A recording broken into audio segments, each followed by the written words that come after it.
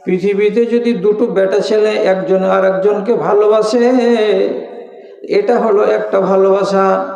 আর একটা ছেলে আর একটা মেয়ে বিবাহ করার পরে এরা দুজন যদি একজন আর একজনকে ভালোবাসে, তো এটাও হলো ভালোবাসা। তফাৎ কতটা!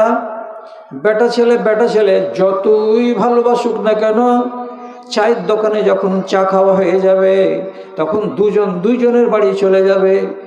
এই বেটা ছেলেটা ওর ঘরে ঘুমাবে, এই বেটা ছেলেটা ওর ঘরে গিয়ে ঘুমাবে। এটা মোহাব্বত কতক্ষণ ছিল? তো চায়ের দোকানে ছিল। যতক্ষণ চা খেতে সময় লাগলো, বিস্কিট খেতে সময় লাগলো, যতক্ষণ পান চা বাড়লাম, ততক্ষণ আমরা হলাম বন্ধু। কিন্তু স্ত্রী এমন একটা বন্ধুর বন্ধু যে আপনার আগে আছে, আপনার পিছনে আছে, আপনার ডানে আছে, আপনার বামে আছে, খাওয়া দাওয়াতে আছে, সব জায়গাতে আছে।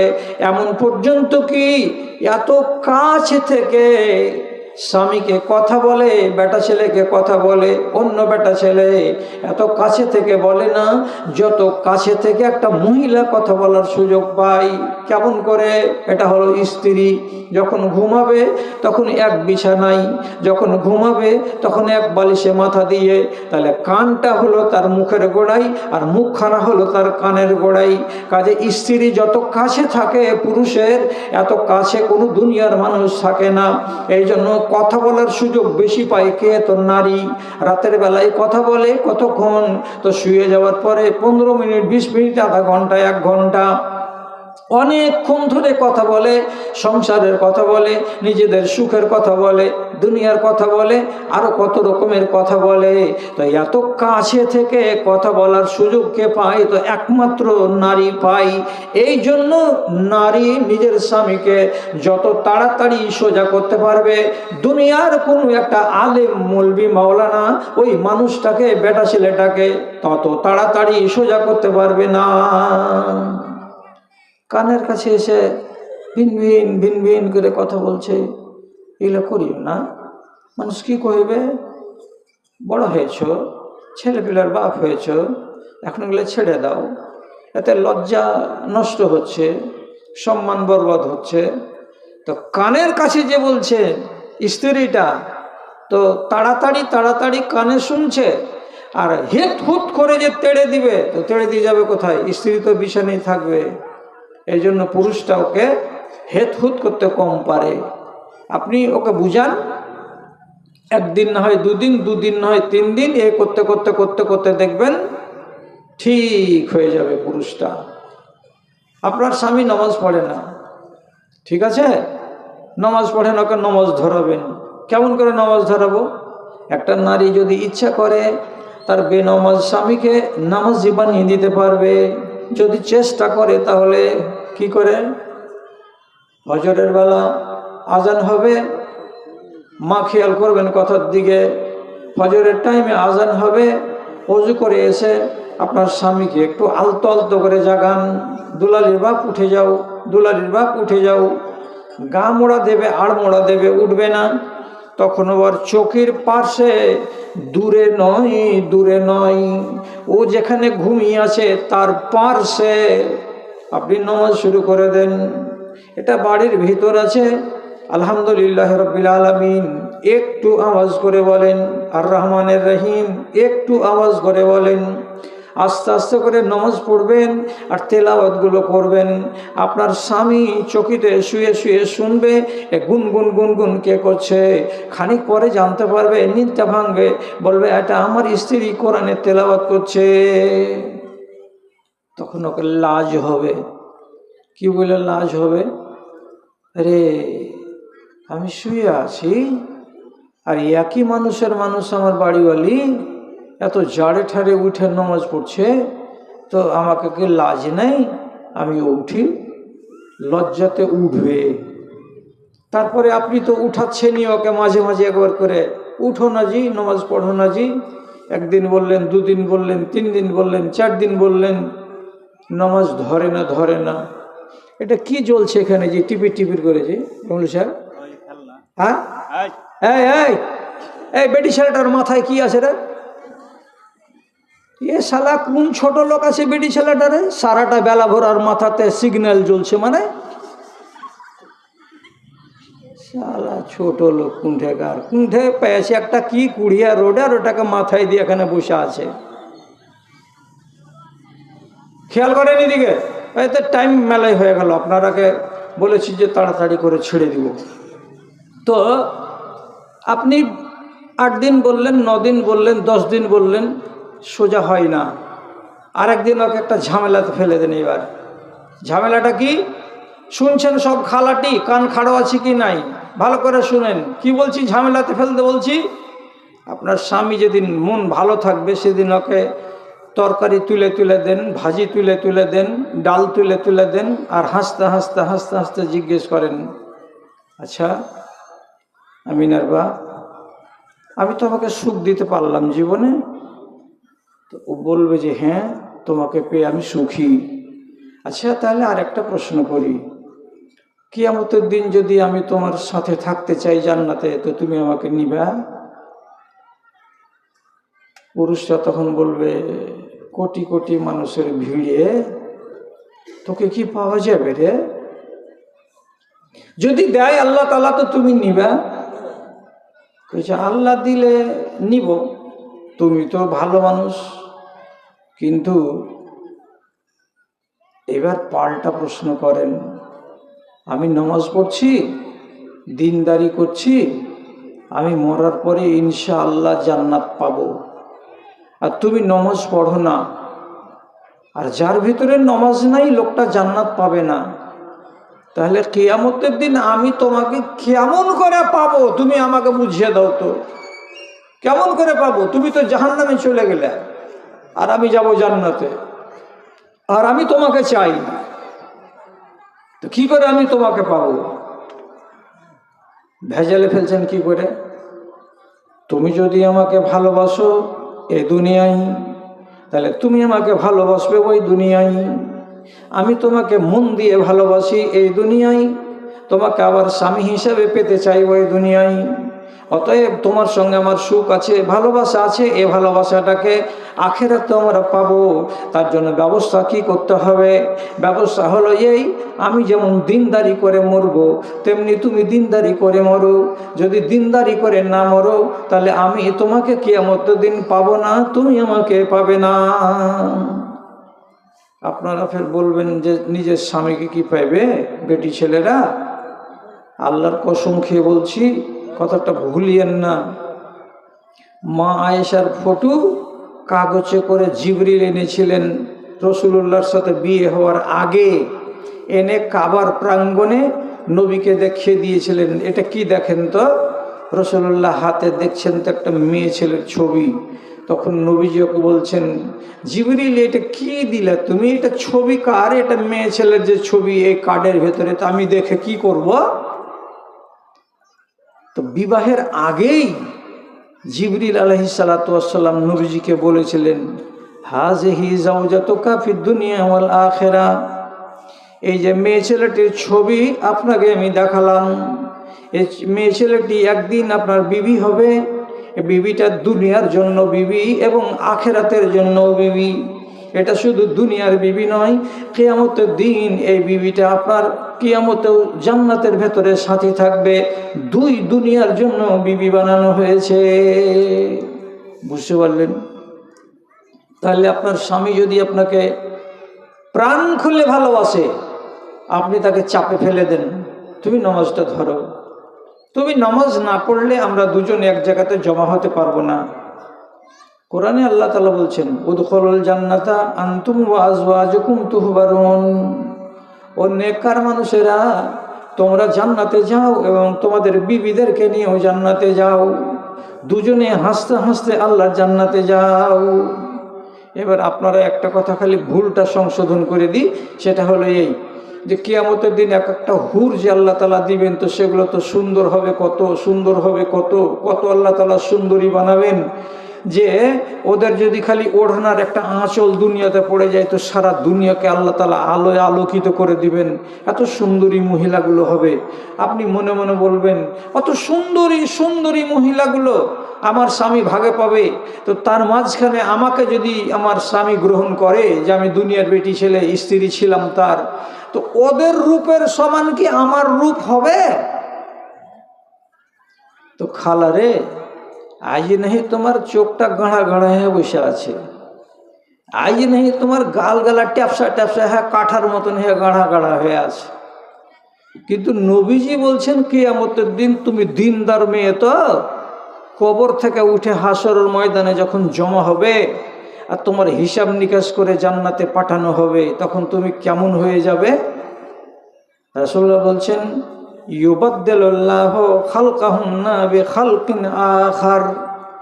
এই মেয়ে ছেলেগুলোকে আল্লাহ রাব্বুল আলামিন এই হাত পাগুলোই থাকবে, এটাই নাম থাকবে, তোমার নাম কি রেজিনা, তোমার নাম কি তো সুলতানা, তোমার নাম কি তো বুশরা, তোমার নাম কি মাবিয়া, এই নামগুলোই থাকবে আর এই হাত পাগুলোই থাকবে।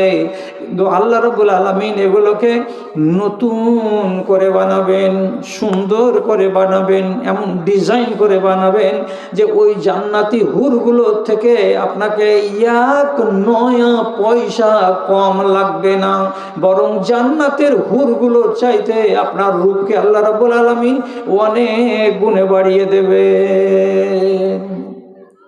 তাহলে কেন নিবে না পুরুষটা? কেন নিবে না? নিবে, ভেজালে ফেলে দেন। তুমি আমাকে নিবে কি নিবে না?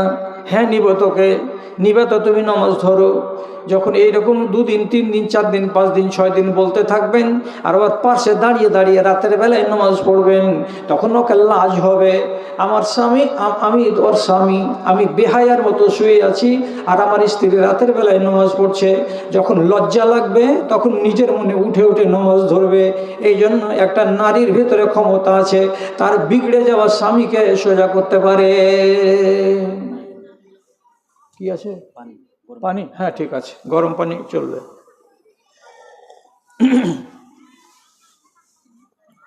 আচ্ছা, একটা বুঝাবার জন্য বলি, একটা জোড়া রাসূলুল্লাহর যুগে, এক জোড়া স্বামী স্ত্রী, স্ত্রীটার নাম হলো উম্মে হাকিম, মানে হাকিমের মা, ওর নাম কি উম্মে হাকিম, আর স্বামীটার নাম কি তো ইকরামা। স্বামীটা হলো মুশরিক আর উম্মে হাকিম হলো মুমিনা বেটি ছেলে, ইমানদার। স্বামী স্ত্রী দুজনে, একজন মুমিন আর একজন মুমিন নয়। স্বামীটা বড় জল্লাদ ছিল, তখন খুব অন্যায় করেছে রাসূলুল্লাহ। তো ফতে মক্কার দিন রাসূলুল্লাহ 12টা লোকের নাম কাগজে লিখে কাবার দেওয়ালে লটকিয়ে দিয়ে বলছেন, মক্কার লোকেরা, মুসলমানেরা, এই 12 জন লোককে তোমরা যেখানে পাবে কুচু কাটা করে দিও, জিন্দা রাখিও না। 12টা লোকের ভিতরে একটা নাম এলো, কার তো ইকরামা।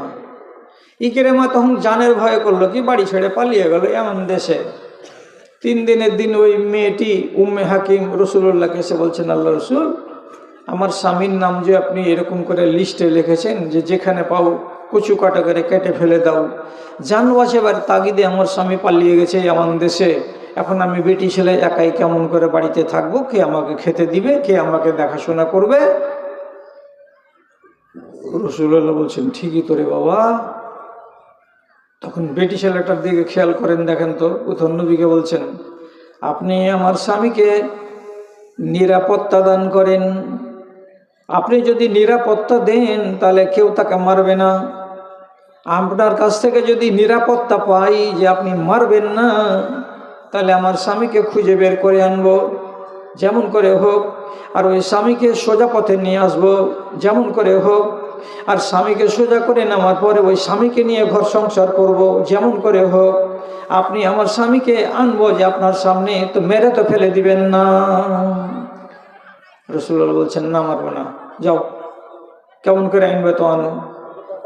তো চিন্তা করেন, একটা মেয়ে ছেলে উঠে চড়ে 8 দিনের রাস্তা এমন দেশে গেল, চোরাহাতে চোরাহাতে খাড়ো হয় আর আরবিতে আওয়াজ দিয়ে লোকেরাকে বলে, ও লোকেরা, তোমাদের এখানে ইকরামা নামের কোনো লোক এসে কি, যদি জানতে পারো তোমাকে খবর দাও, আমি হলাম ইকরামার বাড়িওয়ালি। এখানে গেল, ওখানে গেল, ওখানে গেল, শেষের বেলায় রহাটপুরের রোডের সামনে তীরমোহনীতে এসে যখন মেয়ে লোকটা আওয়াজ দিলা, ওখানকার কয়েকটা লোক বলছে, হ্যাঁ জি, মক্কা থেকে একটা নওজোয়ান ছেলে আমাদের গাঁয়ে এসেছে, ঘুরে বেড়াইছে, আর দেখো অমুকের বৈঠকে বসে আছে। হাঁটতে হাঁটতে মেয়ে লোকটা যদি যাচ্ছে তো ওর নিজের স্বামী ইকরামা বসে আছে। তখন ওকে বলছে ইকরামা বাড়ি চলো, তোমাকে বাড়ি যেতে হবে। তখন ইকরামা বলছে পাগলি, জানের ভয়ে পালিয়ে এসেছি, বেঁচে আছি দেখতে পালি, মক্কা যদি ঘুরে যায় কচু কাটা করে দিবে, দেখতেও পাবি না, স্বামীকে মেরে ফেলে দিবে, কেন ডাকছিস বাড়ি? বাড়ি যাব না। তখন মায়া লোকটি বলছে, হোক জমা হোক, আর মায়া লোকটা বলছে কি, যেহেতু আমি না আবার ঋণ আছে আউসালিন না আছে, আমি তোমার কাছে এসেছি সারা পৃথিবীর সবচাইতে নেককার মানুষের কাছ থেকে। তার নাম কি? তো নবী মুহাম্মদ সাল্লাল্লাহু আলাইহি সাল্লাম। তিনি আমাকে কথা দিয়েছেন তোমাকে আমি যদি ফেরত নিয়ে যাই তো তোমাকে মারবে না, কাটবে না, মারবে না। পুরুষটা তখন বলছে হ্যাঁ পাগলি, এত বড় কাজ কখন বেটি ছেলে করতে পারে? স্ত্রী বলছে আল্লাহর কসম আমি এটা কাজ করে এসেছি নবীজির কাছ থেকে, তোমাকে মারবে না। রাসূলুল্লাহ আমাকে নিরাপত্তা দিয়েছেন, তুমি আমার সাথে বাড়ি চলো, তোমাকে বাড়ি যেতেই হবে। রওনা হলো স্বামী স্ত্রী। পুরুষটা বলছে আমাকে কি আমার স্ত্রী মারবে, তার জন্য নিয়ে যাচ্ছে? না, তোমার উপরে আমার ভরসা আছে, তুমি আমার ক্ষতি করবে না, চলো বাড়ি চলো। মিয়া বিবি রওনা দিল। এখান থেকে চলতে চলতে চলতে চলতে সারাদিন যাওয়ার পর সন্ধ্যেবেলায় কোনো এক জায়গাতে গিয়ে তারা আরামের জন্য রাত কাটাবে ওই জায়গায়। তো খানা পানি যা ছিল খেলো দিল। বিছান বিছালো তো দুটা, এখানে একটা বিছান আর আধ হাত দূরে আর একটা বিছান।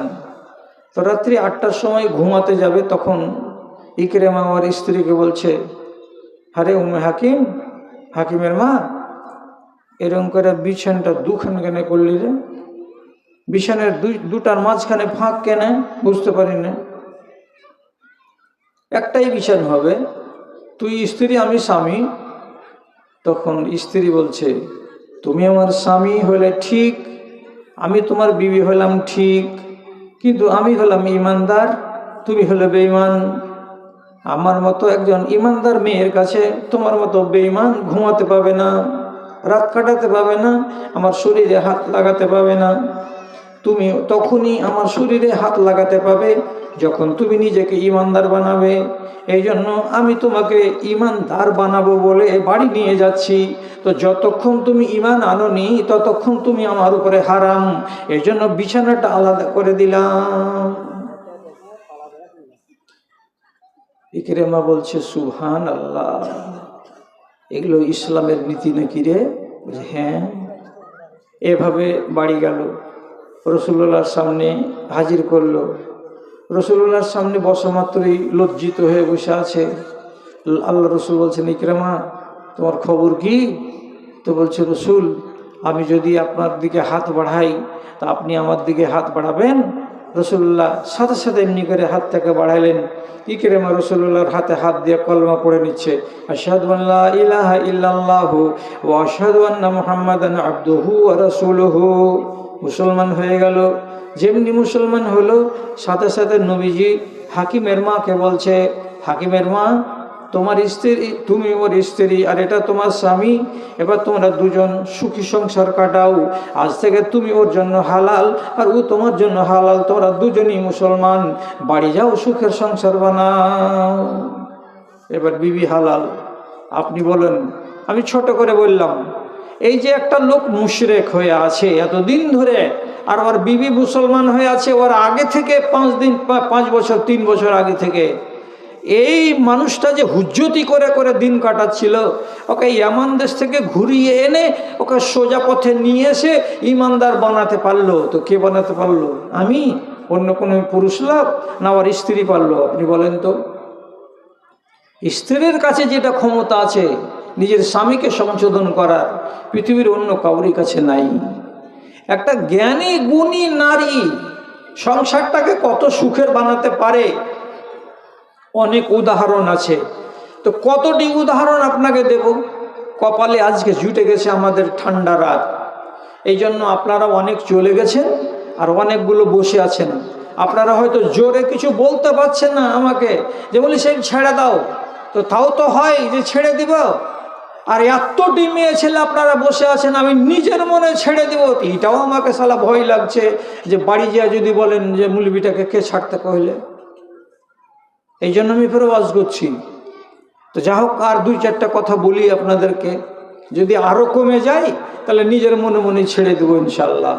একটা কথা বলছি, আওরাতের ভিতরে বুদ্ধি আছে সংসারকে সাজাবার কত, আপনি আন্দাজ করুন, খেয়াল করেন আমার কথার দিকে। কালকে যেন শুনতে পাই, কেউ যেন আমাকে ফোন করে বলে এই গ্রামের এই এলাকার কোনো বেটা ছেলে যে মৌলানা আপনার ওয়াজ আমার বাড়িওয়ালি মজলিসে শুনেছে, তো ভালো লেগেছে, জ্ঞানের কথা শিখে এসেছে, এই কথাটা যেন আমি কানে শুনতে পাই। আকাশের তারাগুলি মিটি মিটি হাসে, জানি এরা তোমাকে শুধু ভালোবাসে, এরা শুধু ভালোবাসে। আমিও বাসি যেন তাদের মতন, শুনো গো প্রভু মোর এই নিবেদন।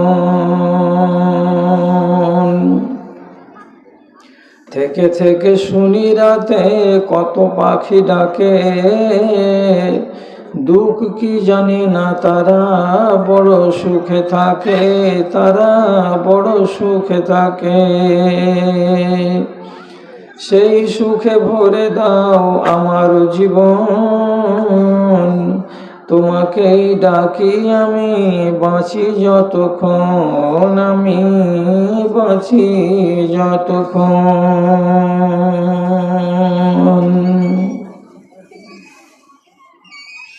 মাননীয় সভাপতি সাহেব, সামনে বসে থাকা এই গ্রাম তথা পার্শ্ববর্তী অন্যান্য গ্রাম থেকে জুটে পুটে এসে বসে থাকা আমার স্নেহের, আমার আদরের মা ও বোনেরা, আল্লাহর শুকরিয়া করছি। আমি যেমন করছি আপনারাও তেমন করুন, যে 1 বছর গত করে আবার আমরা এই ময়দানে সবাই মিলে এসে মাগরিবের পর থেকে এখন পর্যন্ত বিভিন্ন আলেমে দ্বীনের মুখ থেকে অনেকগুলো আলোচনা শুনলাম। সেই সাথে সাথে যার সাধ্যে যেটা কুলালো সে সেই রকম করে মাদ্রাসার ভালোবাসাই 100, 200, 500, 1000 আংটি, চাঁদির হার, কলা, বিভিন্ন রকমের দান আপনারা করেছেন, করে নিজের ভালোবাসাকে প্রকাশ করেছেন। আল্লাহর দ্বীনকে ভালোবাসার একটা আকাঙ্ক্ষা এবং ইচ্ছা সেটা আপনাদের কাছে আছে, তা দেখিয়েছেন। যে আল্লাহ আমাদের এই এক জায়গাতে এসে জমায়েত হয়ে কিছু শোনার এবং সেই শোনা থেকে উপকৃত হওয়ার আল্লাহ সুযোগ দিয়েছেন, সেই আল্লাহর আমরা শুকরগুজারি করি। একবার মুহাব্বতের সাথে নিজের নিজের জায়গাতে নিজের ঠোঁটটাকে নাড়িয়ে আস্তে করে বলুন একবার মুহাব্বতের সাথে আলহামদুলিল্লাহ।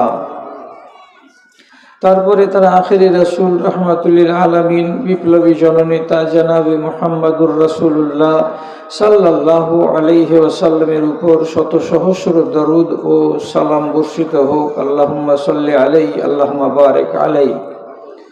মা খালারা, আপনারা স্থির হয়ে বসে আছেন, ঘন্টাখানিক আর বসে থাকুন। যেটা কথা আপনাদেরকে বলছি, কথাগুলো একটু আল্লাহর ওয়াস্তে খেয়াল করে শুনবেন, অনেক কাজ দিবে আপনাদের। কথাটা হলো, জান্নাত জাহান্নাম নর নারী উভয়ের জন্য, পাপ পুণ্য নর নারী উভয়ই করে, উভয়ই করবে। মার্জনা আল্লাহ তাআলার মাফ করা, ছেলেদেরকে যেমন আল্লাহ মাফ করেন তেমনি মেয়েদেরকেও মাফ করে। মানুষ হিসাবে পুরুষরা যেমন ভুল করে তেমনি নারী জাত তারাও ভুল করে। ভুল হলো আমাদের জীবনের প্রথম ধাপ। আমাদের মা হাওয়া ভুল করেছিলেন, আমাদের বাপ আদম আলাইহিস সালাম ভুল করেছিলেন। ভুলের খেসারত দেওয়ার জন্য মাকে আর বাপকে আসমান থেকে জমিনে নামিয়ে দেওয়া হয়েছে। আমরা তাদের আওলাদ। এই মা আর এই বাপের আমরা পৃথিবীতে সব আওলাদ।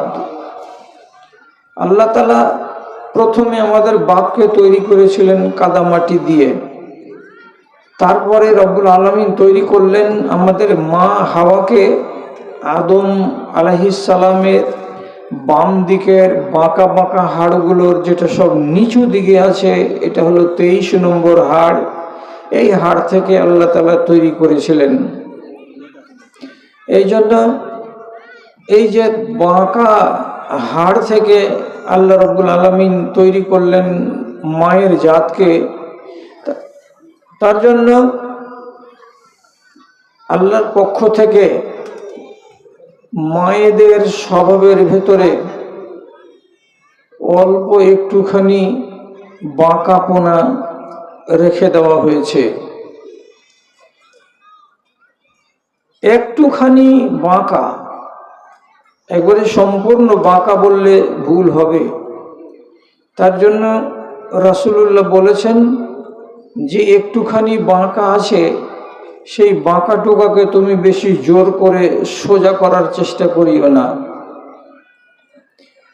ওর একটু যদি চলনে উলট পালট থাকে, একটু যদি ব্যবহারে ডান বাম লক্ষ্য করা যায়, তো তুমি বেশি গরম দেখিয়ে, বাহুর বল দেখিয়ে নিজের স্ত্রীকে মেরে পিটে তুমি সোজা করে দিবে, এই কথাটা জীবনে কল্পনাতে আনিও না।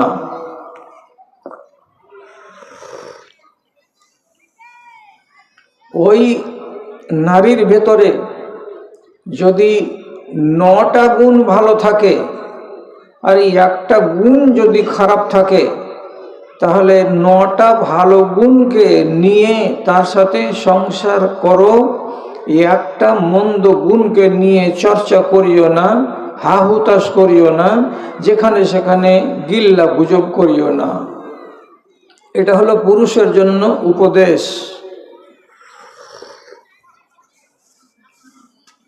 এবার ভালো করে বুঝেন, একটা কথা গোড়াতে বলে দিচ্ছি, সে কথাটা ভুলিয়েন না। সংসার সুখের হয় রমণীর গুণে। আবার বলছি, সংসার সুখের হয় রমণীর গুণে। একটা নর আর একটা নারীকে নিয়ে হয় সংসার। এই সংসারটা 60 বছর 70 বছর ধরে চলতে থাকে। এই সংসার নামের গাড়িখানা দুটো যে চাকা, একটা স্বামী আর একটা স্ত্রী, যদি 2 চাকা সমানভাবে না গড়ে, তাহলে সংসার সুখের হয় না। দুটো চাকার যদি একটা ছোট হয় আর একটা বড় হয়, তো গাড়িখান ঠিকঠাক হয়ে সামনের দিকে এগোয় না। এই জন্য স্বামী এবং স্ত্রীকে দুজনকে আল্লাহ রাব্বুল আলামিন কিছু বিধিনিষেধ বলেছেন, কিছু নিয়ম নীতি বলেছেন। সেই নিয়ম নীতিকে মেনে চলতে গেলে সংসার চাকাটা সুডুল হয়ে গড়বে এবং সংসারে শান্তি থাকবে। ভালো করে বুঝুন, রাসূলুল্লাহ বলছেন, একটা লোকের কাছে যদি 10খানা গাড়ি থাকে 4 চাকা, আর সে যদি বলে আমি ধনী, সে লোকটা ধনী নয়। একটা লোকের কাছে যদি 10 ভরি সোনা থাকে, 20 ভরি চাঁদি থাকে, আর সে বলে যে আমি খুব ধনী, তো বলছে সে লোকটা ধনী নয়। তো ধনী কোনটা লোক? তো নবীজি বলছেন, কলবুন শাকিরুন ওয়া লিসানুন যাকিরুন ওয়া যাওজাতুন সালিহাতুন তুইনু আলা আমরি দীনিহা ওয়া দুনিয়াহা।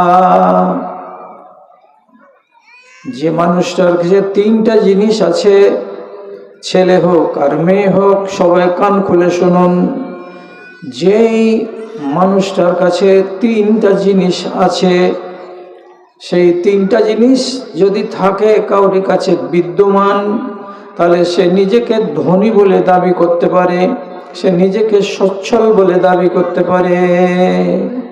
কি কি? আপনাকে আল্লাহ ঠোঁট দিয়েছে, জিহ্বা দিয়েছে। এই জিহ্বাটা নড়তে গেলে শব্দ তৈরি হয়। তো আপনি যদি এই জিহ্বাটাকে ফালতু কাজে নড়ান তো গুনাহের কথা বেরিয়ে আসবে। আর আপনি যদি এই জিহ্বাটাকে মাঝে মাঝে ভালো কাজে নড়ান তো আপনার নেকির মিটারের চাকা ঘুরতে থাকবে। তো আল্লাহ এমন একটা জীব আপনাকে জিহ্বা দান করেছেন, যেই জিহ্বাটা করে কি আল্লাহ তাআলার জিকিরে মশগুল থাকে। জিকির কোনগুলো? উঠতে বসতে, সকালে বিকালে, জোহরতে, মাগরিবে, আসরে, যখনই তার খেয়ালে আসে তো সেই মা আর সেই বোন, সেই ভাই কি করে? নিজের জিভটাকে নড়িয়ে আল্লাহর জিকির করে। যেমন জিকির কোনটা? লা ইলাহা ইল্লাল্লাহ, এটা একটা জিকির। যেমন সুবহানাল্লাহ, এটা একটা জিকির। আলহামদুলিল্লাহ, এটা একটা জিকির। যদি এরকম কথাগুলো যখন তখন মুখ দিয়ে বেরোয় তো তার ফজিলত কি আছে? এটা হলো আল্লাহ রাব্বুল আলামিনের দেওয়া একটা বিশাল বড় নিয়ামত, যে আপনার জিভ দিয়ে যখন তখন জিকির বেরিয়ে আসছে, লা ইলাহা ইল্লাল্লাহ। এটা বললে কি হবে? রাসূলুল্লাহ বলছেন, ঈমান যদি দুর্বল থাকে নরের কিংবা নারীর, তো যত বেশি লা ইলাহা ইল্লাল্লাহ পড়বে তার ঈমানের মরিচিকাগুলো সরে সরে যাবে, ঈমানের ময়লাগুলো দূরে হয়ে যাবে, তার ঈমানটা ঝকঝকে হয়ে যাবে, তকতকে হয়ে যাবে। তাহলে মাঝে সাঝে আপনার জিভ দিয়ে কি বেরোয়? লা ইলাহা ইল্লাল্লাহ। সুবহানাল্লাহ পড়লে কি হবে? আল্লাহ তাআলার পবিত্রতা বর্ণনা করা হয়। আর হাদিসে আছে, যদি কোনো একটা নারী, একটা নর একবার তার জিভ দিয়ে উচ্চারণ করে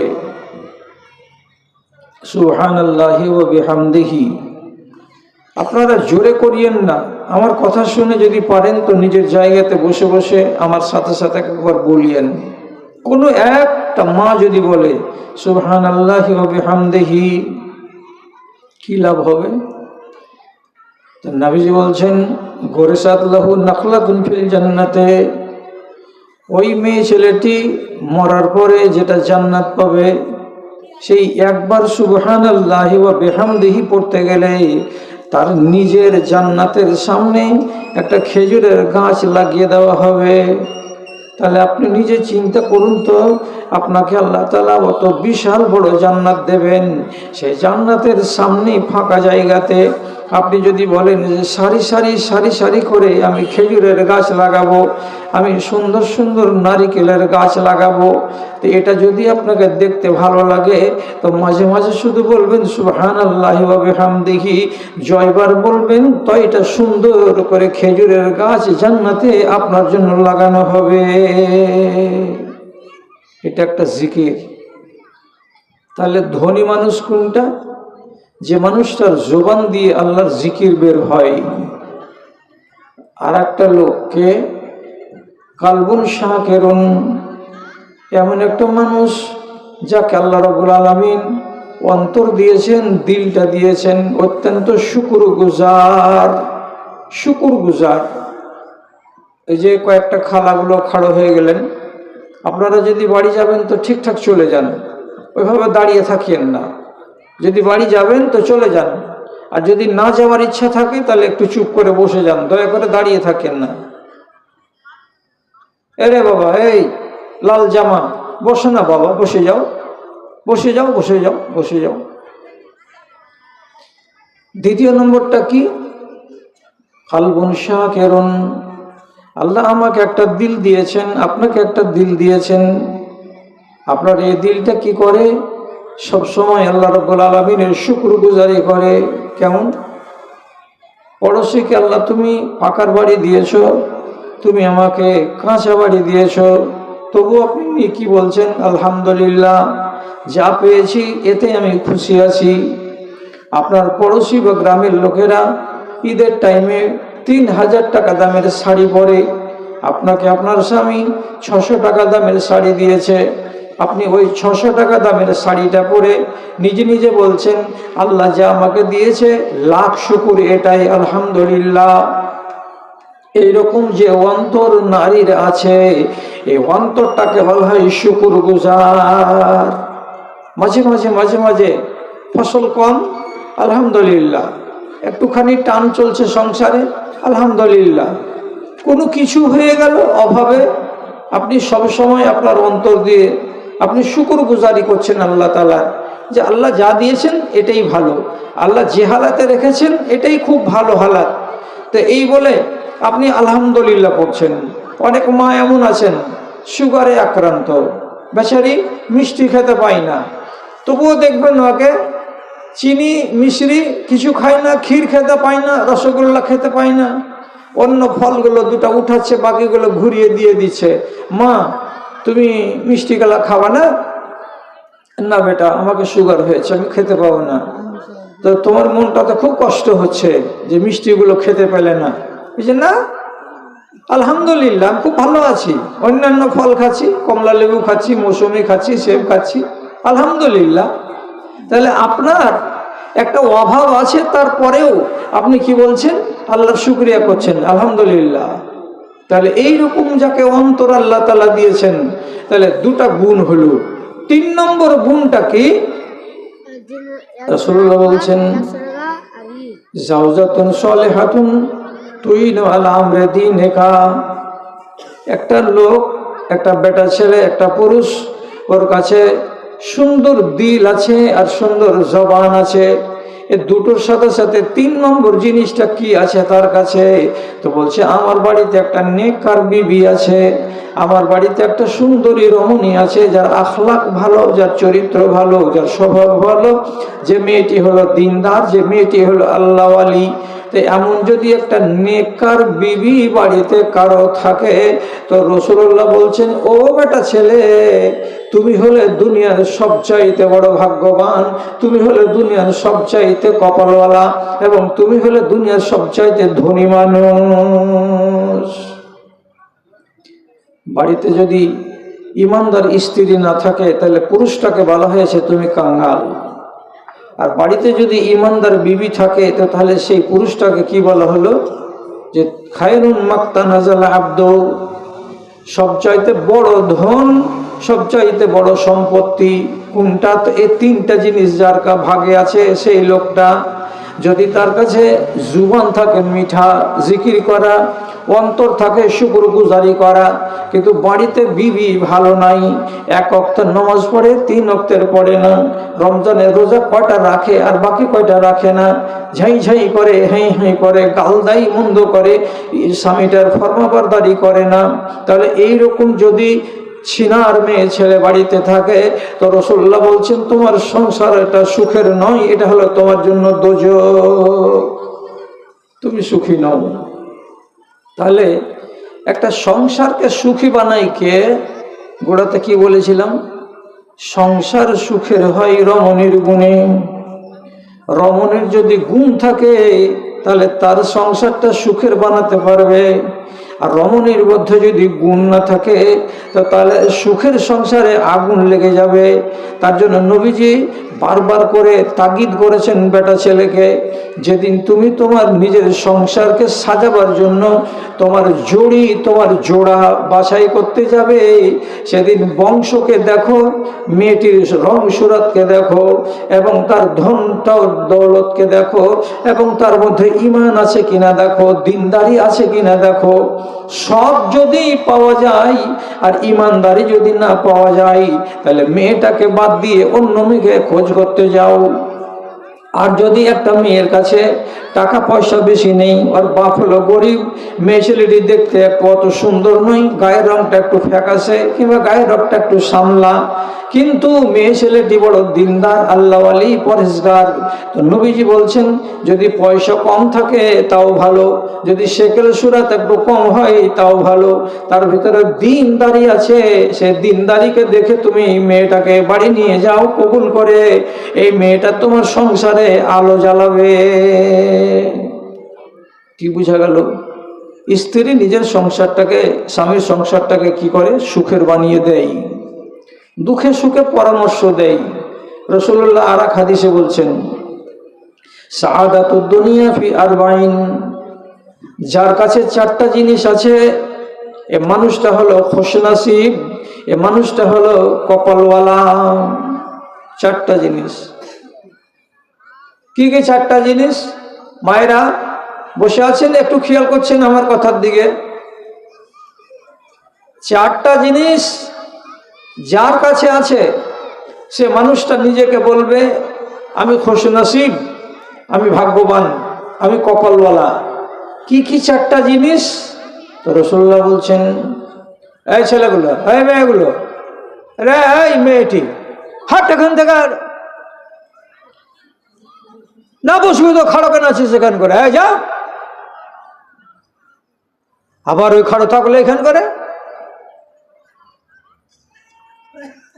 তুমি বেশি হুঁশিয়ার নাকি? যারা বসে আছে তারা পাগলি নাকি? আমি তো বললাম যে যদি বাড়ি যাওয়ার থাকে তো চলে যাও ভদ্রভাবে, আর এখানে দাঁড়িয়ে কেন থাকছো মাঝখানে? চারটা যদি জিনিস কারোর কাছে থাকে তো রাসূলুল্লাহ কি বলছেন? এই মানুষটা দুনিয়ার খুশনসিব মানুষ, কপালওয়ালা মানুষ। কি কি চারটা? কি কি চারটা? রাসূল বলছেন আল মারকাবুল হানিয়, একটা বেটা ছেলে, তার কাছে একটা সওয়ারি আছে, আরামদায়ক সওয়ারি। কেমন আরামদায়ক সওয়ারি? আরবের লোক, সেই হিসাবে তার কাছে যদি একটা উট থাকে তাহলে এটা হলো তার সওয়ারি। ভারতবর্ষের লোক, আমাদের কাছে যদি একটা চার চাকা থাকে এটা হলো আমাদের সওয়ারি, যদি একটা মোটর সাইকেল থাকে তো এটা হলো আমাদের সওয়ারি। নবীজি বলছেন কাউরি কাছে যদি একটা সুন্দর সওয়ারি থাকে, যাতে চাপিয়ে, যাতে চড়িয়ে আমি আমার বিবিকে, আমার বাচ্চাকে এখানে সেখানে নিয়ে যেতে পারবো, এইরকম একটা সওয়ারি আছে। এক। দুই নম্বর আল মাকানুল ওয়াসিউ, বাড়িটা আছে তো বাড়িটা হলো প্রশস্ত বাড়ি, ঘুচিনি মুচিনি বাড়ি নয়, একেবারে ছোট্ট কুঁড়ে ঘরের মতো বাড়ি নয়। বাড়িটা হলো প্রশস্ত, একটা নিজের নামের ঘর আছে, একটা আমার স্বামীর ঘর আছে, একটা মেহমানের জন্য ঘর আছে, এবং আমার বড় বেটার জন্য একটা আলাদা ঘর আছে, আর একটা বড় ডাইনিং হল আছে, আবার বাড়ির এক সাইডে পিশাব পায়খানার ব্যবস্থা করা আছে। তাহলে এমন চওড়া কোষাদা বাড়ি যদি আল্লাহ তাআলা কাউকে দান করেন তাহলে এটা হলো 2 নম্বর গুণ তার। 3 নম্বরে নবীজি বলছেন জারুন সলেহন, আপনার পাকা বাড়ির পার্শ্বেকার বাড়িটা একটা পড়োশি, পড়োশিটা ভালো ব্যবহারের, পড়োশিটা আপনাকে জ্বালাই না পোড়াই না, পড়োশির পানি আপনার গলির দিকে যায় না, পড়োশি আপনাকে ঝান করে না, সুন্দর ব্যবহারের পড়োশি। তাহলে পড়োশিটা পেয়েছেন ভালো মানুষ, আর আপনার বাড়িটার কামরাগুলো হলো চওড়া চওড়া, আর একটা সুন্দর সওয়ারি আপনি পেয়েছেন। তারপরে নবীজি বলছেন ওয়া জাওজাতুন সালিহাতুন, আর মানুষটা যদি একটা সুন্দরী বিবি পেয়ে থাকে, সুন্দরী মানে কি, সালেহা মানে কি, যার ভেতরে দিন আছে, যার ভেতরে আখলাক আছে, যার ভেতরে দিনদারির মাত্রাটা পূর্ণ মাত্রাতে আছে, নামাজ রোজার পাবন্দি করে, তাহলে 4টা গুণ যদি কোনো একটা মানুষ নিজের কপালে জুটাতে পারে তো রাসূলুল্লাহ বলছেন এই লোকটা হলো ধনী, এই লোকটা হলো কপালওয়ালা, এই লোকটা হলো দুনিয়াতে ভাগ্যবান। সবই যদি থাকে আর পড়োশি যদি জল্লাদ হয়, আপনার সুখ সব পুড়ে ছাই হয়ে যাবে। পড়োশির জ্বালাতে সুখ পাবেন না। একটু বৃষ্টির পানি হবে না, বাড়ি থেকে খেচার মেচার করবে। একটু কোনো জায়গাতে কিছু হয়ে গেলে, হ্যাঁ তোমাকে মুরগিটিকে আমাকে দিকে কেনে ছেড়ে দিছ, তোমাকে খাসলত খারাপ, উমুক তুমুক। পড়োশি যদি ভালো হয় তাহলে এটা বিশাল বড় আল্লাহ তাআলার নিয়ামত। এবার আপনি নিজেকে এমন গুণে গুণান্বিত করেন যে আপনার স্বামীর জন্য দুনিয়াটা যেন স্বর্গ হয়ে যায়, দুনিয়াটা যেন জান্নাত হয়ে যায়। এটা পারবে কে? একটা স্ত্রী। স্বামী যদি বদমাশ হয়, একটা দিনদার বেটি ছেলে যদি তার বাড়িতে আসে, তাহলে চেষ্টা করতে গেলে ওই বদ মেজাজের স্বামীটাকে 2 মাসে, 3 মাসে, 6 মাসে, 1 বছরে একটা মেয়ে ছেলে সোজা করে দিতে পারবে। আল্লাহ তাআলা ওই যোগ্যতা নারীর ভেতরে দিয়েছেন। হ্যাঁ, পারবে। উদাহরণ দিচ্ছি, একটা লোক মদ খায়, বাড়ি যাচ্ছে তো স্ত্রীর কাছে গিয়ে আজে বাজে কথা বকছে। স্ত্রী স্বামীটাকে সোজা করবে। কেমন করে সোজা করবে? যখন মদ খেয়ে মাথা খারাপ থাকবে তখন কিছু বলতে হবে না।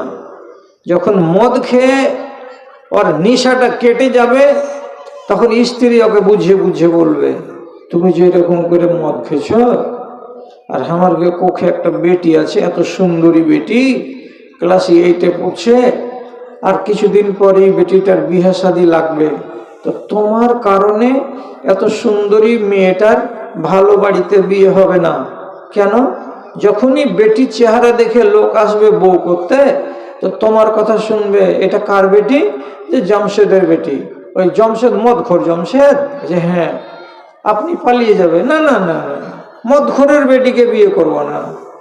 তো তুমি কি চাইছো যে তোমার এই ফুলের মতো বেটিটার জীবনটা কালি হয়ে যাক? ভালো ভালো বাড়িতে রিশতা হবে না, কোন রাখালের সাথে বিয়ে হবে, গরিবের বাড়ি বিয়ে হবে? তুমি কি চাইছো এটা? স্ত্রী যদি একবার বুঝাই, না বলবে না, ও শুধু এইটুকু বলবে, সেই তোরে ছাড়তে পারি না, কি করবো রে, এইরকম কথা বলবে।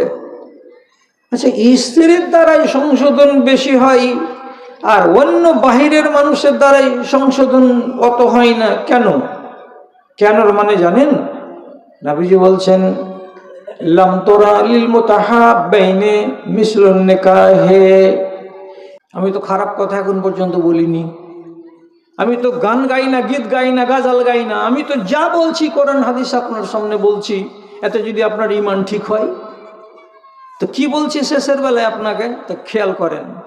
মুসা নবী একটা লোকের গালে চড় মেরেছিল, তো চড় মারাতে হলো কি, এক চড়ে নিঢাল হয়ে পড়ে যায়, দম বেরিয়ে গেল, মরে গেল, মরণ ছিল, মরে গেল। পরের দিন সকালবেলায় অন্য একটা লোক বলছে, এই ফেরাউনের লোকেরা ষড়যন্ত্র করছে, তোমাকে ধরবে, ধরে বাঁধবে, বেঁধে পিটবে, পিটাকে যে কালকে মার্ডার করেছো তার বদলা চুকিয়ে নিবে। কানে যেমন খবর এলো যে আমার বিরুদ্ধে ষড়যন্ত্র হচ্ছে, নবীজি মুসা নিজের জান বাঁচাবার জন্য মিশর ছেড়ে দিয়ে পালিয়ে চলে গেলেন অনেক দূর শহর, মদিনা থেকে পশ্চিম দিকে দূরে। সেই শহরটার নাম হচ্ছে কি, মাদায়েন। এখানে চলে এলেন। সে মাদিয়ান শহরে এসেছেন তো 8 দিন 9 দিন হেঁটে হেঁটে হেঁটে হেঁটে হেঁটে হেঁটে হেঁটে হেঁটে ওই শহরে যখন পৌঁছেছেন, তখন বিকেল বেলা একটা বড় ইন্দারার পার্শ্বে প্রচুর ছেলেপিলে নিজেদের ছাগল, বকরি, উটকে ইন্দারা থেকে পানি তুলছে আর পানি পান করাচ্ছে, পানি তুলছে আর পানি পান করাচ্ছে, আর জার্ঘে জার্ঘে পানি পান করা হয়ে যাচ্ছে, ওরা বাড়ির দিকে চলে যাচ্ছে। ওই ভিড়ের কাছে নবী মুসা এক পা করে আগিয়ে এলেন। তো আগিয়ে এসে দেখছেন দুটো বেটি ছেলে ইন্দারা থেকে একটু দূরে চুপচাপ খাড়ো হয়ে আছে। ওরা নিজের বালতি ইন্দারাতে নামাই না, সবটি ছাগলের দড়িগুলোকে হাতে করে ধরে আছে 2 বোন। ছাগলগুলো পানি পান করবে, তারপরে বাড়ি নিয়ে যাবে। সন্ধ্যা নেমে আসছে। নবী মুসা আস্তে করে যে মেয়ে ছেলে দুটোকে বলছে, কি ব্যাপার, তোমরা দূরে কেন খাড়ো হয়ে আছো? তোমরা বকরিকে পানি খাওয়াইবে না? তো মেয়ে দুটো বলছে, পানি তো পান করাবো, কিন্তু আমরা হইলাম বেটি ছেলে, অতক্ষণ পর্যন্ত পানি পান করাতে পারবো না। হাত্তা ইউজদেরার রেয়া, যতক্ষণ পর্যন্ত বেটা ছেলেরা ইন্দারার গোড়া থেকে সরে না যাবে, জায়গাটা ফাঁকা না হবে, ততক্ষণ আমরা ওই ইন্দারার গোড়ায় যাব না। কেন যে আমরা হলাম নারী জাত, বেটা ছেলের সাথে গায়ে গা লাগাবো না, হুড়াহুড়ি করতে যাব না, এতে আমাদের ইজ্জত নষ্ট হবে। তার জন্য অপেক্ষা করছি যে এদের কখন পান করা হবে যে আমরা কাছে যাব। নবী মুসা বলছে, ও এই ব্যাপার। তো বেটি ছেলে দুটা ফের প্রথমেই একটা কথা বলে দিল, কি? আবু না শাইখুন কাবীর, আমাদের বাপটা হলো অচল বুড়া মানুষ, ও হাঁটতে পারে না, বাইরে যেতে পারে না, বকরি চড়াতে পারে না। এই বুড়া বাপকে বাড়িতে রেখে আমরা যুবতী দুই বেটি এসেছি ছাগল চড়াতে, বকরিগুলোকে পানি খাইয়ে তাড়াতাড়ি বাড়ি যাব। নবী মুসা ইন্দারাতে বালতি নামাইলেন, কাউরি সাহায্য নিলেন না, একাই 20 লিটার ওজনের বালতিকে ডুবিয়ে উঠিয়ে নিলেন উপরে, ওদের বকরিটিকে পানিটাকে পান করিয়ে দিলেন। দেওয়ার পরে এবার বলছেন, যাও বাড়ি চলে যাও। এরা তো অবাক, এই কোন লোকের লোক আল্লাহ, একবারে ফেরেশতার মতো হয়ে আমাদের সামনে এসে এত তাড়াতাড়ি পানি পান করিয়ে দিল। আর কত মজবুত যে একবারে 20 লিটারের বালতিটাকে একাই ছেড়ে উঠিয়ে নিল, কাউরি সাহায্য নিল না। বাড়ি গেল, যাওয়ার পরে দুই বোন ছাগলটিকে বেঁধে দিয়ে বুড়া বাপকে বলছে, বাজান জানো, আরো দেরি হয়ে যেত, আমাদের মগরব হয়ে যেত, কিন্তু কেমন কপাল গুনে একটা জুয়ান ছেলেকে পাওয়া গেল। সে জুয়ান ছেলেটা আমাদের দিকে দেখে ওর মনে কি হলো, বালতিটা নিয়ে গিয়ে নামিয়ে পানি ভর্তি করে আমাদের ছাগলগুলোকে পান করিয়ে দিল। তাতে হলোটা কি, আমরা তাড়াতাড়ি করে বাড়ি চলে এলাম। কইছে, তাই নাকি রে মা? হ্যাঁ। সাথে সাথে ওই লোকটা নেককার লোক, ওই তখন বলছে, কাজ কর। কত দূরে এটা ছিল? তো বলছি, এর তো এই যে ওভারব্রিজ যায়নি, ওই ওভারব্রিজের কাছে ইন্দারাটা, ওইখানে। তো দুই বেটির ভেতরে একটা বেটিকে কইছে, এক কাজ কর, যা যে ছেলেটাকে ডেকে নিয়ে আয় বাড়ি। তো ছেলেটাকে ডাকতে যাবে, তো কে? তো বেটা তো নেই, ঘুরে বেটি। এবারে একটা বেটি আসছে, একে ডাকতে এলো। এসে নবী মুসা পার্শ্বেই ইন্দারার একটা গাছের তলাতে বসে আছে, আর ওইখানে বসে থেকে আল্লাহ তাআলার কাছে দোয়া করে বলছে, এ রব্বে করিম, তুমি আমাকে যে জায়গাতে পৌঁছে দিয়েছো, এখানে যদি তুমি আমাকে সাহায্য করো, মদত করো, তো ওই সাহায্যের দিকে আমি মুহতাজ, কিছু মদত করো আল্লাহ। মেয়ে লোকটা কাছে এসে বলছে, এ জি, তোমাকে আমার বাপ ডাকছে। এমনি করে মুখ ছেড়ে নবী মুসা বলছেন, তোমার বাপ ডাকছে কেন? তো বলছে, কিছু বদলা দিবে তোমাকে, তুমি যে উপকার করে দিয়েছো আমাদের। তখন নবী মুসা মনে মনে ভাবলেন, বিদেশে আছি, একাই মানুষ, যাই, কোন আল্লাহর বান্দা আমাকে ডাকলো, তো ওর বাড়ি যাই। তো এই মেয়েটা হাঁটছে, আর সাথে সাথে নবী মুসা হাঁটছে। চলে চলে চলে চলে চলে চলে গিয়ে মঞ্জিলে যখন এসে বসলো, কথাগুলো শুনলো ওই বুজুর্গ। তো শোনার পরে তখন নবী মুসাকে বলছে, চিন্তা করতে হবে না, এমন জায়গাতে তুমি চলে এসেছো, এখানে তোমার উপরে কেউ জুলুম করতে পারবে না, এখানে তোমাকে কেউ মারবে না, কাটবে না, আমি তোমার পিঠের উপরে আছি ছাতার মতো, চিন্তা করিও না। এক, এই জায়গাতে বাপ আর মুসা নবী দুজনে কথা টথা বলছে, আর ওইখানেই বেটিগুলো একটা এসে তখন নিজের বাপকে বলছে, কি বলছে, ইয়া আবাতে ইস্তাজিরহু ইন্নাহু খায়রু মান ইস্তাজারতাল কাবিয়ুল আমিন। বাজান, এই ছেলেটা যদি রাজি হয় তো বাড়িতে ওকে চাকর রেখে নাও। কেন যে চাকর যদি একে রাখো তো দুটা গুণ আছে ছেলেটার। কি দুটা গুণ?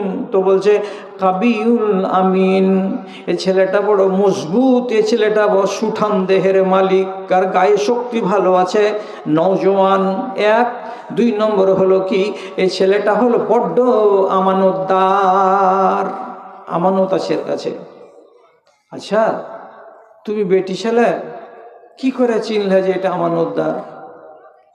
মজবুত শক্তিশালী এটা নেই দেখেছো যে ইন্দারাতে 20 লিটারের বালতি ডুবিয়ে একাই উঠিয়ে নিয়েছে, কিন্তু আমানতদার তুমি কি দেখে বুঝতে পারলে?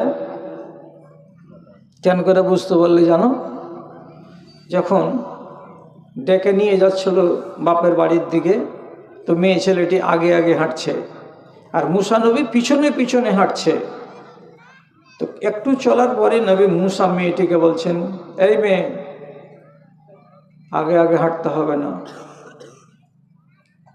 তুমি আমার পিছনে পিছনে হাঁটো, আমি তোমার আগে আগে হাঁটবো। যখন রাস্তা বদল হবে বা ভুলে টুলে যাব, তুমি পিছন থেকে আমাকে বলবে ডানে হও বামে হও, এটা ভালো। কিন্তু তুমি একটা যুবতী মেয়ে ছেলে আমার আগে আগে হাঁটবে আর আমি তোমার পিছনে পিছনে হাঁটবো, তোমার পা উঠা দেখতে পাবো, হাওয়া যদি জোরে দুলে তো তোমার ঘাড়ের কাপড় যদি উঠে যায় তো তোমার চুল আমি দেখতে পাবো, তোমার কাঁধ আমি দেখতে পাবো। হাওয়ার কারণে কিংবা তোমার চলার কারণে তোমার হয়তো শরীরের কোনো অংশ আমি দেখতে পাবো। আমি একটা পুরুষ লোক, একটা অচেনা রমণীর যদি শরীরের কোনো অংশ আমি দেখতে পাই, তাহলে আমার ভেতরে নানা রকমের কুচিন্তা চলে আসতে পারে। তার জন্য আমি তোমাকে বলছি, তুমি আমার পিছে পিছে হাঁটো, আমি আগে আগে হাঁটবো, কোনো মেয়ে ছেলেকে যেন সামনের দিকে আমি দেখতে না পাই। তাহলে এর জানা হয়ে গেছে বেটি ছেলেটার কি, এটা হলো আমানতদার। আমি একটা আলগা বেটি ছেলে, আমাকে পেয়ে ও তো বলতে পারতো, রাস্তা রাস্তা গল্প করতে শুরু করতো, এই হলো আর সেই হলো, তোমার বিয়ে হয়েছে না হয়নি, তোমার বয়স কত, তুমি কতখানি পড়া, আমাকে বিয়ে করবে কি করবে না, তোমার বাপ আমার সাথে বিয়ে দিবে কি দিবে না, 10 কথা বলতা, কিন্তু কোনো কথাই বলেনি, চুপচাপ চলে আসছে, চুপচাপ চলে আসছে। তাহলে এর ভেতরে আমানত কত আছে যে একটা সাবালিকা বেটি ছেলেকে সাথে সাথে করে নিয়ে যে আসছে, তো তার সাথে কোনো আজে বাজে গল্প কিছু কথা বলে না।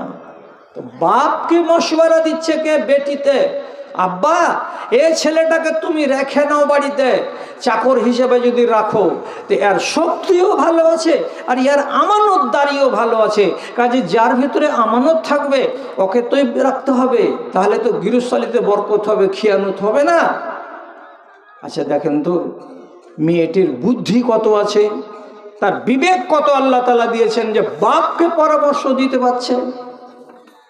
এবার ওর বাপ তখন খানিক বাদী লোকটাকে বলছে, মুসা নবীকে বলছে, বাবা এখানে থাকো, খাও, রাত কাটাও, এখানে যে তুমি থাকবে তো তোমাকে একটা কথা বলছি। কি কথা? ইন্নী উরিদু আন উনকিহাকা বিহিদাই ইবনাতাই হাতাইনি আলা আন তাজুরানি সামানিয়াত হিজাজ। আমার দুটা বেটিকে তুমি দেখেছো পর্দার সাথে, এই দুটা বেটির ভেতরে কোন একটা বেটির সঙ্গে আমি তোমার বিয়ে লাগিয়ে দেব, তুমি আমার একটা বেটিকে বিয়ে করে নাও। শর্ত হলো এই, আমার বেটিকে তুমি মোহরানা দিবে। কতটি মোহরানা দিব? তো লোকটা বলছে আমার বাড়িতে তোমাকে 8 বছর বকরি চড়িয়ে দিতে হবে। শুনলি গে খালা, কত টাকা মোহর হলো? 8 বছর বকরি চড়িয়ে দিতে হবে আমার বাড়িতে, এটা হলো মোহর। হয়ে গেছে, আমি নিচ্ছি। 8 বছর বকরি চড়িয়ে দিতে গেলে মোহর শোধ হয়ে যাবে, আর তোমার স্ত্রী তোমার হয়ে গেল, কোনো একটা বেটির সঙ্গে আমি বিয়ে দিয়ে দিচ্ছি। দেখেন সন্ধ্যাবেলাতে মুসা নবী কইছে, আল্লাহ তোমার কাছে আমি খেতে চেয়েছিলাম, তোমার কাছে আমি রুটি চেয়েছিলাম, কিন্তু রব্বুল আলামিন তুমি এত দয়াবান যে আমাকে তুমি রুটিও দিলে, আর রুটিটাকে বানিয়ে দিবে কে, সে বানানে ওয়ালি মায়ালোকও তুমি আমাকে দিলে। আমার লাভ হলো কয়টা, যে দুইটা জিনিস আমি পেয়ে গেলাম। নবী মুসা মিশরকে ছেড়ে দিয়ে জানের ভয়ে বিদেশের মাটিতে আশ্রয় পেলেন। শুধু ব্যবহার দেখিয়ে তেনার বিয়ে হয়ে গেল একটা পর্দানাসীন বেটির সঙ্গে, মেয়ের সঙ্গে। 8 বছর ধরে তিনি ছাগল চড়িয়ে তারপর নিজের বিবিকে নিয়ে নিজের দেশে এসেছেন। কেন বললাম কথাটা? স্ত্রী বুদ্ধিমতী হতে গেলে বাপকে মশওয়ারা দিতে পারবে, নিজের স্বামীকে তো মশওয়ারা দিতে পারবে। আর স্বামীকে যদি ভালো মশওয়ারা দিতে পারে তো সংসারটা যে কত সুখের হবে তার মিশাল আর উদাহরণ আপনাকে আমি কি দিব, কতটি দিব। রাত হয়ে গেল, শুয়া 11টা, ছেড়ে দিব 11:30 রাত্রিতে। আপনারাকে বাড়ি যেতে হবে সবাইকে, আর ওয়াজ করবো না, শুধু একটা কথা বলছি বলে শেষ। রসুল্লাহ মক্কা এসেছিলেন তো ঢুকতে পেলেন না মক্কা, তো জানোয়ার সাথে করে এনেছিলেন। তো জানোয়ার জবে করতে হবে 10 তারিখের দিন। তো তারা আগে মুশরিকেরা বাধা দিল।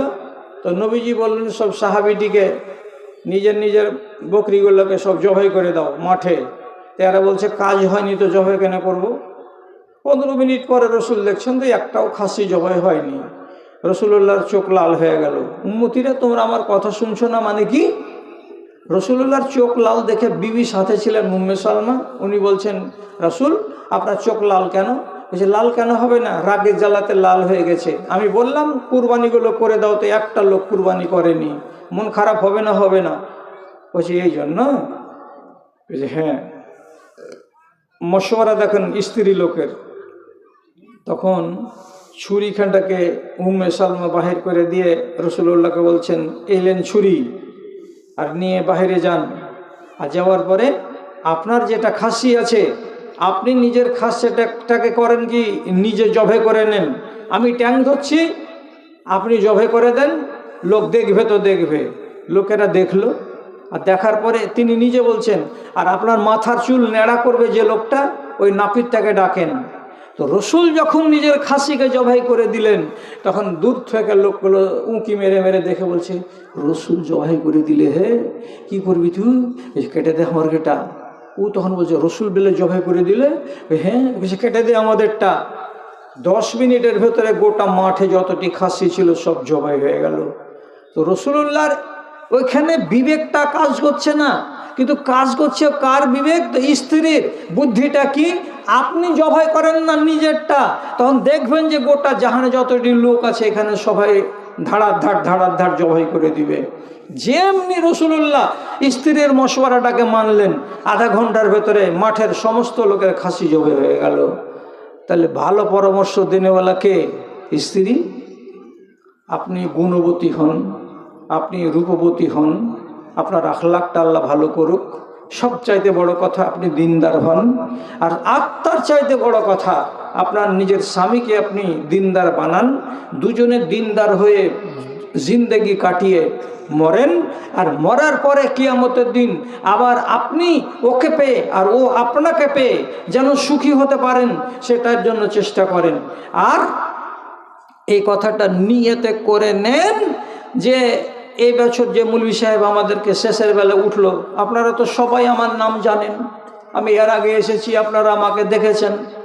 তো বলবেন কিছু যদি চিনতে না পারে তো বলে ধলো ফকফকে দাড়িওয়ালা লোকটা যে বলে গেছে যে স্বামী স্ত্রী এক জায়গাতে হতে পারবে, তো আমরা এক হব কিয়ামতের দিন। এই নিয়াত তুমিও করো, নিয়াত আমিও করি। তাহলে দুজন যদি ইমানদার হয়ে মরতে পারেন তাহলে আলহামদুলিল্লাহ, আল্লাহ তাআলা আপনাদের জীবনটাকে সফল করবেন।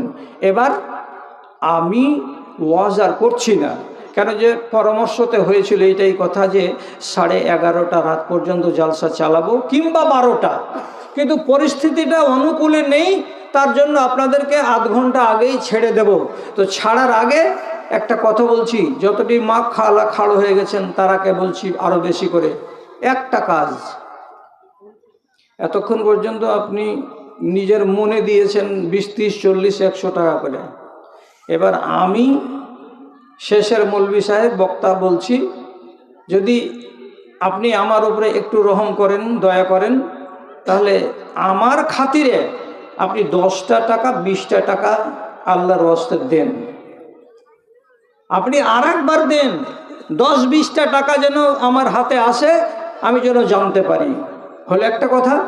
আর একটা কথা, নিজের ঈমানকে ঠিক রাখতে চাইছেন তো? নিজের ঈমানকে যদি ঠিক রাখতে হয়, তাহলে আপনাকে একটা কথা আর কি বলছি, যে আজকের দিন আপনি খবরদার বাজারে গিয়ে 20 টাকার জিলেবি টিলেবি কিনিয়েন না। আপনার ঈমানটাকে ঠিক করার জন্য একটা বই দিচ্ছি আপনাকে, কিতাবটার নাম হলো ঈমানের শাখা সমূহ। 70 পাতার বই, বাংলাতে লেখা আছে কোরআন হাদিস দিয়ে। আজকে জিলেবির পয়সাটা দিয়ে একখান বইগুলো হাতে করে বাড়ি যান, এই চেয়ারখানের কাছে পাওয়া যাবে। এই চেয়ারখানে কেউ আছে রে? কেউ আছে? ওই চেয়ারখানের কাছে পাওয়া যাবে। আপনার বেটিটাকে দিয়ে, বাচ্চাটাকে দিয়ে একখানা বাড়ি নিয়ে পড়বেন। আপনার ঈমানটা আল্লাহ তাআলা যদি মজবুত করে দেয়, তো 20 টাকাতে ঈমান ঠিক করে পাওয়া যাবে। তো আপনি আর দেরি করবেন কিসের জন্য? আমাকে দেন 20 টাকা, 10 টাকা, 100। আরে বাপরে, মাশাআল্লাহ মাশাআল্লাহ। স্বামী অসুস্থ আছে, ওই কারণে দিয়েছে। স্বামী অসুস্থ আছে, তার জন্য পায়ের তোড়া খুলে দিয়ে দিয়েছে আমার এক খালা। মাশাআল্লাহ। আযিবুল বাস রব্বান্নাস ইশফা আনতা শাফি লা শিফা ইল্লা শিফাউকা শিফান লা ইউগাদিরু সাকামা। পরওয়ারদিগার আলম, তোমার এই বান্দি নিজের স্বামী অসুস্থ আছে বলে তোড়া দান পাঠিয়েছে। আয় আল্লাহ, তাকে সুস্থবান করে দাও। রব্বে কারিম, তোমার লম্বা চড় আজমাইশ তোমার বান্দার উপরে করিও না। লা বাসা তহুরুন ইনশাআল্লাহ। আযিবুল বাস রব্বান্নাস ইশফা আনতা শাফি লা শিফা ইল্লা শিফাউকা শিফান লা ইউগাদিরু সাকামা। ইউসুফ আলীর বেটি 600 টাকা দান করেছে। মাশাআল্লাহ, আলহামদুলিল্লাহ, জাযাকাল্লাহ। আচ্ছা, আলহামদুলিল্লাহ। তিনটা খালা, 3 জন মহিলা 3টা আংটি এখান করে দিয়ে গেছে। আলহামদুলিল্লাহ, মাশাআল্লাহ, জাযাকাল্লাহ। اللهم أيدهم بالعلم والحلم وزينهم بالإيمان والتقوى ولا تورزوا بالفتن يا رب العالمين। নুরুল ইসলামের আদায়ের পরে এটা আবার এলো নাকি? আচ্ছা আচ্ছা আচ্ছা, মাশাআল্লাহ। খালারা, খুব ভালো রিপোর্ট, খুব ভালো রিপোর্ট। নুরুল ইসলামের বেলা কতটি 60 না কত টাকা হয়েছিল? তো আবার আপনারা যে দিয়েছেন, এইটা এখন দান এলো কতটি? তো 26,520 টাকা আপনাদের দান এসে গেছে।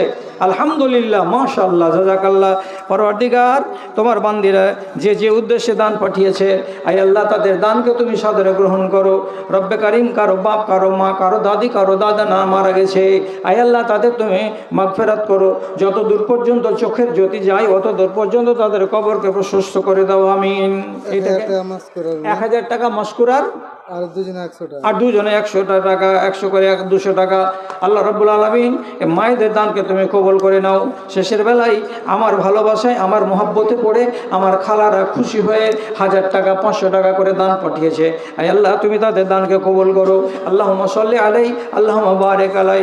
রব্বে কারীম, দানকারীদের দান আল্লাহ তুমি জায়ে করিও না। আয় আল্লাহ, এদের উদ্দেশ্য যেটা মনে লুকায়িত আছে, সে উদ্দেশ্যকে তুমি সফল করে দাও, আমিন আমিন বিরহমাতিকা ইয়া আরহামার রাহিমিন। তোমার আদেশে দিন চলে যায়, তোমার আদেশে দিন চলে যায়, আধার নেমে আসে রাতে, কত যে শক্তি লুকায়ে রেখেছো তোমার নিপুণ 2 হাতে। আচ্ছা, এটা ছোট মেয়ে ছেলে শেষের বেলাতে এসে 10টা টাকা দান করেছে। পরওয়ারদিগার, তার দানকে তুমি কবুল করে নাও, আমিন। একটা জিনিসের নাম ঈমান নয় খালা, 73টা জিনিসের নাম ঈমান।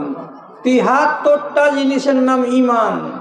নামাজ পড়ো, রোজা রাখো, হজ করো, যাকাত দাও, সত্য কথা বলো, হালাল রুজি খাও, পিতা মাতার ফরমাবরদারি করো, স্বামীর ইতাআত করো, পর্দার সঙ্গে থাকো, জানাজার নামাজে বেটা ছেলেরা শরীক হবে, সালাম দিবে, আর কেউ যদি মানুষ ব্যারাম পড়ে যায় তাকে দেখতে যাবে।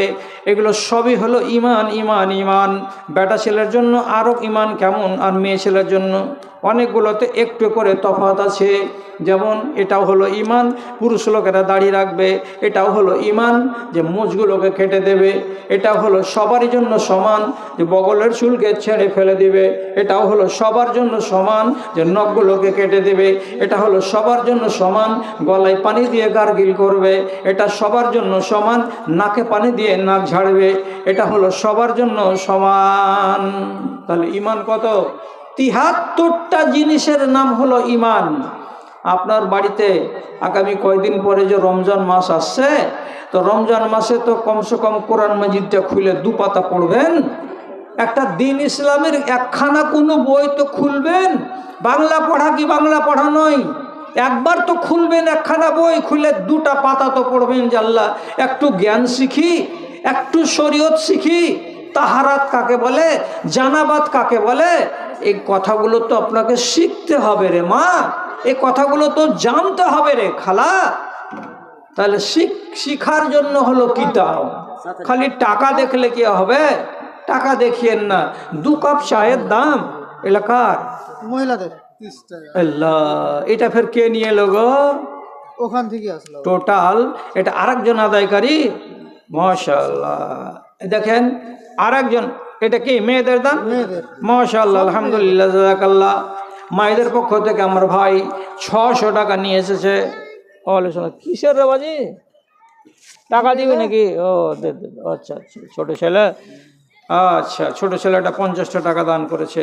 এ দেখেন আর একজন আদায়কারী, মাশাআল্লাহ, 25টা টাকা দান, 30টা টাকা দান, কবুল করো পাক সুবহান।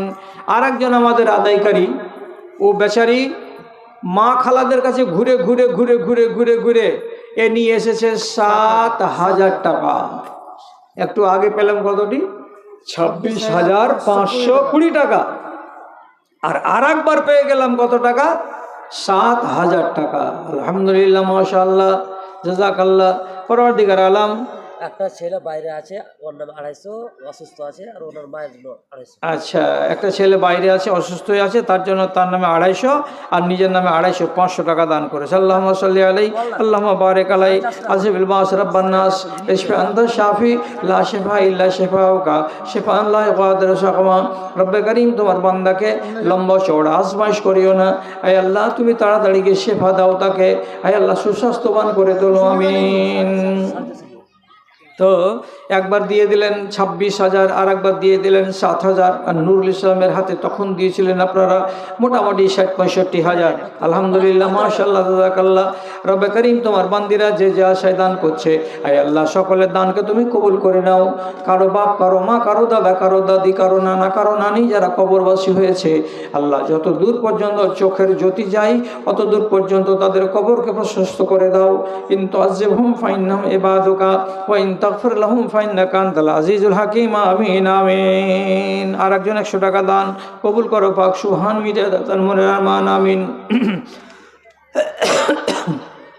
তোমার আদেশে দিন চলে যায়, তোমার আদেশে দিন চলে যায়, আধার নেমে আসে রাতে, কত যে শক্তি লুকায়ে রেখেছো তোমার নিপুণ 2 হাতে, তোমার নিপুণ 2 হাতে। মহাবিশ্বের তুমি যে চালক, মহাবিশ্বের তুমি যে চালক, করুক তোমার জয় নিশান। ওগো আল্লাহ মেহেরবান, আমি গাহি তোমার গান। তুমি আমায় রিজিক দিয়ে বাঁচাও আমার প্রাণ গো আল্লাহ, বাঁচাও আমার প্রাণ। রূপে ভরা দুনিয়াটা দেখতে কত ভালো, রূপে ভরা দুনিয়াটা দেখতে কত ভালো, দেখবো যে তাই চোখে তুমি দিলে আমার আলো, তুমি দিলে আমার আলো। অনেক দেখি আলোবিহীন, অনেক দেখি আলোবিহীন, একই তোমার শান। অনেক দেখি আলোবিহীন, একই তোমার শান। ওগো আল্লাহ মেহেরবান, আমি গাহি তোমার গান। তুমি আমায় রিজিক দিয়ে বাঁচাও আমার প্রাণ গো আল্লাহ, বাঁচাও আমার প্রাণ। তোমার আদেশে দিন চলে যায়, আধার নেমে আসে রাতে। তোমার আদেশে দিন চলে যায়, আধার নেমে আসে রাতে। কত যে শক্তি লুকায়ে রেখেছ তোমার নিপুণ দুই হাতে, তোমার নিপুণ দুই হাতে। মহাবিশ্বের তুমি যে চালক, মহাবিশ্বের তুমি যে চালক, উড়ুক তোমার জয় নিশান। মহাবিশ্বের তুমি যে চালক, উড়ুক তোমার জয় নিশান। ওগো আল্লাহ মেহেরবান, আমি গাহি তোমার গান। তুমি আমায় রিজিক দিয়ে বাঁচাও আমার প্রাণ গো আল্লাহ, বাঁচাও আমার প্রাণ। তাহলে এবার আমরা জালসার শেষ পর্বে পৌঁছে গেছি। 11:30 বাজতে আর 3 মিনিট দেরি। যখন সলা পরামর্শ ভিত্তিতে এটা ফয়সালা হয়েছে, ঠিক হয়েছে, ভুল হয়নি।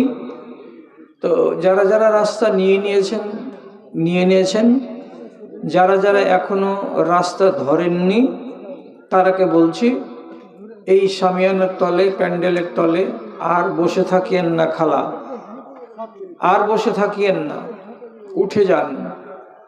যত তাড়াতাড়ি বাড়ি পৌঁছে যাবেন আমাদের ঘাটটা হালকা হবে। কি জন্য হালকা হবে? আপনারা মায়ের জাত, দূরে থেকে এসেছেন, কাছে থেকে এসেছেন, নিরাপদে সহি সালামতে বাড়ি চলে যাবেন। আমরাকে শুনতে ভালো লাগবে।